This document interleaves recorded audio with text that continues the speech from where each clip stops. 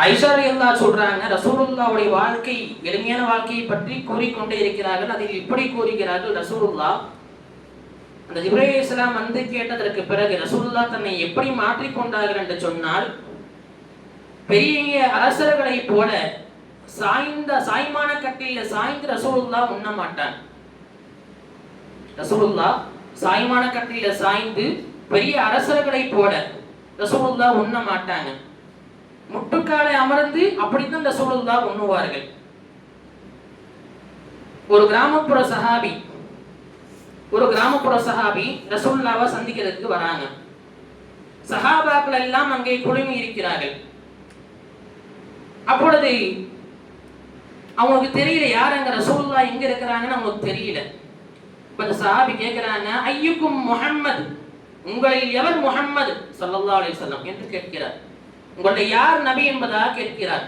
அப்பொழுது ஒரு சஹாபி சொல்றாங்க, அதோ ஓரமாக சாய்ந்து கொண்டு அமர்ந்திருக்கிறார்கள் அல்லவா, அவர்கள் தான் எங்கள் ரசூல் நாயகம் என்பதாக அந்த சஹாபாக்கள் கூறினார்கள். இப்ப ரசூலுல்லாஹ் இப்படி தேடும் அளவுக்கு தான் ரசூலுல்லாஹ் இருந்தாங்க. தனியாக தனித்துவமாக எல்லாம் தெரியவில்லை ரசூலுல்லாஹ்வுடைய எளிமை அப்படித்தான் இருந்தது. இன்னைக்கு நாம் பார்க்கிற உலக தலைவர்கள் எல்லாம் அவர்களை எந்த அளவுக்கு தனித்துவமாக காட்ட வேண்டுமோ அந்த அளவுக்கு எல்லாம் அவர்களாக தயார் செய்கிறார்கள். நான் ரோட்ல நடந்தேன் அப்படின்னா எனக்கு முன்னால இத்தனை படைகள் எனக்கு இருக்கணும், பின்னால எனக்கு பாதுகாப்பா இத்தனை படைகள் இருக்கணும். நான் கார்ல போனேன்னா எனக்கு முன்னால 5 கார் போகணும், எனக்கு பின்னால 5 கார் போகணும் என்பதாக இவர்களாக தேடிக் கொள்கிறார்கள். ஆனால் ரசூல் அப்படி இல்லை. சரித்திர நாயகர் அல்லவா ரசூலுல்லாஹ், ஈரவுலகத்தின் தலைவர் அல்லவா ரசூலுல்லாஹ். ஆனா அப்படி எதுவும் ரசூலுல்லாஹ் வாழ்க்கையை தேடிக்கொள்ளவில்லை, மிக எளிமையாக வாழ்ந்தார்கள். எந்த அளவுக்குன்னா ரசூலுல்லாஹ்வை தேடணும் எங்க ரசூலுல்லாஹ் இருக்கிறாங்கன்ட்டு. அப்ப அந்த சஹாபி கேட்க இந்த சஹாபி சொன்னாங்க, தோ அமர்ந்திருக்கிறாரே, சாய்ந்து கொண்டு அமர்ந்திருக்கிறாரே, அவர்கள் தான் ரசூலுல்லாஹ் என்பதாக அவர்கள் கூறினார்கள். இன்னொரு சமயம் அப்துல்லாஹ் இப்னு புஸ்ர் ரலியல்லாஹு என்ற ஒரு சஹாபி, அவர்கள் ரசூலுல்லாஹ்வுக்கு ஒரு முறை ஒரு ஆட்டை அன்பளிப்பு செய்தார்கள். அதை சமைத்து சஹன் சாப்பாடுல பெரிய தட்டுல ஒன்றாக சேர்ந்து அமர்வார்கள், அமர்ந்து சாப்பிடுவாங்க. ரசூலுல்லாஹ்வுடைய சுன்னத்தே அப்படிதான். ஏன்னா அதுல ஒரு தனி பரக்கத்து இருக்கு. எத்தனை கைகள் போட்டாலும் அத்தனை பேர் அதுல பசி போக்கிக்கலாம். ரசூலுல்லாஹ் காட்டி தந்த மிகப்பெரிய சுன்னத் அது. அப்படி ஒரு மிகப்பெரிய தட்டுல சஹாபாக்கள் எல்லாம் குழுமி சாப்பிட ஆரம்பிச்சிட்டாங்க. இந்த அன்பளிப்பு செய்த அப்துல்லாஹ் இப்னு புஸ்ர் ரலியல்லாஹு உள்ள வராங்க, வீட்டுக்குள்ள வராங்க. அன்பளிப்பு செய்தவங்க ஆட சமைச்சிட்டாங்களா, சாப்பிட்டாங்கன்னு கேட்கறதுக்கு வராங்க. இப்ப ரசூலுல்லாஹ் அந்த கூட்டத்துல ரசூலுல்லாஹ் கூனி குறுகி முட்டுங்காலிட்டு அமர்ந்து ரசூலுல்லாஹ் உணவை சாப்பிட்டு இருக்கிறாங்க. பார்த்த உடனே ஒரு வேதனை, ஒரு கோபம். கேட்டாங்க, மா ஹாதிஹில் ஜல்சா, ஓ நாயகமே, இது என்ன அமர்வு நாயகமே, நீங்க ஏன் இப்படி சக மனிதர்களோடு சாப்பிட்டு நீங்கள் அமர வேண்டும்? நீங்க எவ்வளவு பெரிய தலைவர், நீங்க இந்த பேரரசுடைய அதிபர் அல்லவா, நீங்கள் சொன்னால் உங்களுக்கு தனியாக உணவு தயாரிப்பு செய்து உங்களுக்காக தனி மேடைகள் அல்லவா வைக்கப்படும் என்பதாக கேட்ட பொழுது ரசூலுல்லாஹ் சொன்னாங்க, இன்னல்லாஹ ஜஅலனி அபதன் கரீமா. கொந்தளிக்க வேணாம், நிச்சயமாக அல்லாஹ் என்னை எப்படி அல்லாஹ் ஆக்கியிருக்கான் அப்படின்னா அபுதன் கரீமன், சங்கையான குணம் வாய்ந்த அடியானாகவே நல்லா ஆக்கியிருக்கிறான் அப்படின்னு ரசூலுல்லாஹ் சொன்னாங்க. எப்படி ஆக்கல அப்படின்னா லம் தஜஅல்னி ஜப்பாரன் அனீதன், சில நபர்கள் எல்லாம் இருக்கிறார்கள் அல்லவா ஜப்பாரீன்களாக, நான் தான் என் சொல்லுக்கு எல்லாம் கட்டுப்படணும், எனக்கு எல்லாம் இனமுன் என்பதாக ஆளுமையை திணிக்கிறார்கள் அல்லவா ஜப்பாரீன்களாக. அனீதன் என்று சொன்னால் பிடிவாதம் பிடித்தவராக, அப்படியெல்லாம் என்ன ஆக்கலன்ற ரசூலுல்லாஹ் சொன்னாங்க. அப்ப அந்த சஹாபி புரிஞ்சுக்கிட்டாங்க. அப்ப ரசூலுல்லாஹ்வுடைய பழக்கமே இப்படித்தான். ரசூலுல்லாஹ் தனக்கென்று தனி ஒரு இடத்தை ரசூலுல்லாஹ் ஏற்படுத்தி பண்ணாங்க. ரொம்ப சகஜமா ரசூலுல்லாஹ் சஹாபாக்களோட இயல்பாக ரசூலுல்லாஹ் சாப்பிட்டார்கள்.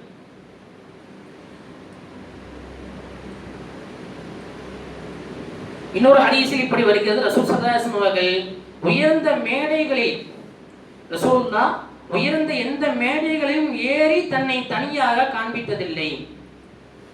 ரசூலுல்லாஹ் தனியாக தெரிந்தார்கள் சொன்னால் ஹுத்பா மேடையில மட்டும்தான் மக்களுக்கு இறை விஷயங்களை போதிப்பதற்காக வேண்டி ரசூலுல்லாஹ் தனியாக தெரிவார்கள் என்றால் அது ஹுத்பா மேடையில மட்டும்தான் ரசூலுல்லாஹ் தனியாக தெரிவாங்க.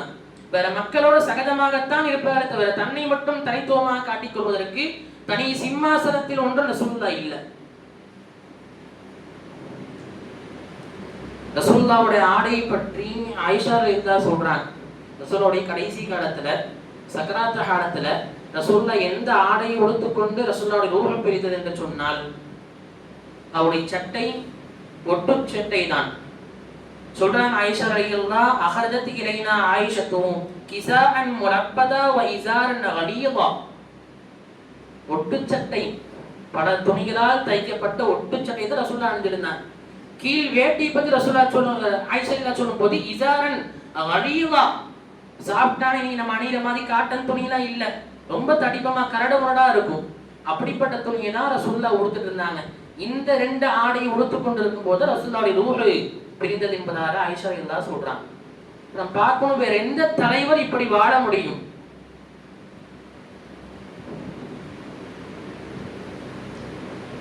ரசூல் ஸல்லல்லாஹு அலைஹி வஸல்லம் அவர்கள் வாழ்க்கையில் மிருதுவான ரொட்டியவே ரசூலுல்லாஹ் உண்டதில்லை. நபி ஸல்லல்லாஹு அலைஹி வஸல்லம் அவர்கள் ஹதீஸில் அறிவிக்கிறார்கள், புகாரி ஹதீஸ் இது, ரசூலுல்லாஹ் தன்னுடைய வாழ்க்கையில் மிருதுவான ரொட்டியவே உண்ணதில்லை. அப்ப ரசூலுல்லாஹ் வேற எந்த ரொட்டி உண்டிருக்காங்கன்னா இந்த ஷரீர் என்று சொல்லுவார்கள். அரபுகள் இன்னைக்கு அந்த வார்த்தையை புழங்குறாங்கன்னா எதுக்கு தெரியுமா? ஒட்டகம் உண்ணக்கூடிய கோதுமைகளுக்கு, ஒட்டகத்திற்கு உணவாக அளிக்கப்படுகின்ற அந்த கோதுமைக்கு தான் ஷரீர்னு சொல்லுவாங்க. அந்த ஷரீர் அதாவது தொலி நீக்கப்படாத கோதுமை, கொஞ்சம் ரஃபா தான் இருக்கும். அதுல செய்யப்பட்ட ரசூலுல்லாஹ் ரொட்டியை தான் ரசூலுல்லாஹ் தன் வாழ்க்கை முழுவதுமாக சாப்பிட்டிருக்கிறார். மிருதுவான ரொட்டியவே ரசூலுல்லாஹ் சாப்பிட்டதில்லை தங்கள் வாழ்க்கையில. எந்த அளவுக்கு நான் ஒரு முறை அபூ ஹுரைரா ரலியல்லாஹு ஆரம்பத்துல ரொம்ப ஏழையா இருந்தாங்க. அபூ ஹுரைரா ரலியல்லாஹு ரசூலுல்லாஹ்வோடு எப்பொழுது இணைந்தார்களோ அதற்கு பிறகு அவருடைய வாழ்க்கையை அப்படி அல்லாஹ் மாத்திட்டான். பெரும் செல்வ செழிப்போடு வாழ்ந்தாங்க. அப்போ பேரரசர்கள் எல்லாம் அவங்களை கூப்பிட்டு அவங்களுக்கு விருந்து ஏற்பாடு செய்கிற பொழுது ஒரு இடத்துக்கு போறாங்க. இப்ப தட்டுல பார்த்தா மிருதுவான ரொட்டி துண்டுகள், கறித்துண்டு இருக்கு, பொரித்த கறித்துண்டு இருக்குது. பார்த்த உடனே அபூ ஹுரைரா அப்படி அழுகுறாங்க, தேம்பி தேம்பி அழுகுறாங்க. என்னன்னு பார்த்தா, எனக்கு இவ்வளவு செழிப்பான உணவுகள் வழங்கப்படுகிறதே, என்னை இந்த நன்மைக்கு கொண்டு வந்த ரசூலுல்லாஹ் இதை பார்த்தது கூட இல்லையே என்பதாக அதை சாப்பிடல, மனம் வரல. அபூ ஹுரைரா அதை சாப்பிடாம அந்த இடத்துல நினைச்சு போயிட்டாங்க. இப்படி வாழ்ந்தார்கள் ரசூலுல்லாஹ். ரசூலுல்லாஹ் நினைத்திருந்தால் எவ்வளவு கோடீஸ்வரராக ரசூலுல்லாஹ் வாழ்ந்திருக்க முடியும். ஆனால் அதை விட்டு விட்டு எளிமையான முறையில் ரசூலுல்லாஹ் வாழ்ந்தார்கள். இன்னொரு ஹதீஸில் இப்படி வருகிறது, ஆயிஷா ரலியல்லாஹு சொல்றாங்க, ரசூலுல்லாஹ் இரவு வணக்கத்தில், அதாவது தஹஜ்ஜுத் தொழுகைக்கு ரசூலுல்லாஹ் எழுந்து தொழுவாங்க, தங்கள் இல்லத்திலேயே தொழுவாங்க. சில சமயங்கள்ல ரசூலுல்லாஹ் வெளியே போய் தொழுதுருக்கிறாங்க.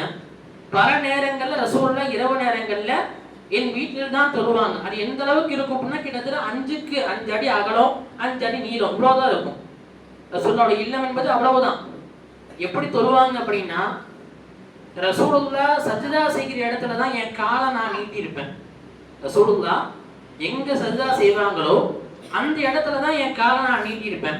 ரசூலுல்லாஹ் சஜ்தாவுக்கு குனிகிற பொழுது ரசூலுல்லாஹ் தன் கரத்தால அப்படி தட்டுவாங்க, நான் காலை கொஞ்சம் மடக்கிவே ரசூலுல்லாஹ் சஜ்தா செய்வாங்க. ரசூலுல்லாஹ் சஜ்தாவுக்கு எந்திரிச்சாங்க அப்படின்னா நான் திரும்பவும் என் காலை நீட்டிக்குவேன் அப்படின்னு ஆயிஷா இருந்தா பதிவு செய்யறாங்க.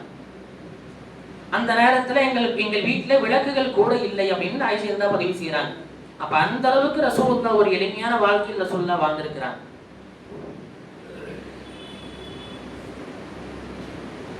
அண்ணல் உமர் ரலியல்லாஹு ஒரு ஹதீஸை பதிவு செய்கிறார்கள். ஒரு முறை ரசூலுல்லாஹ்வை பார்ப்பதற்கு நான் வீட்டில் நுழைந்தேன்.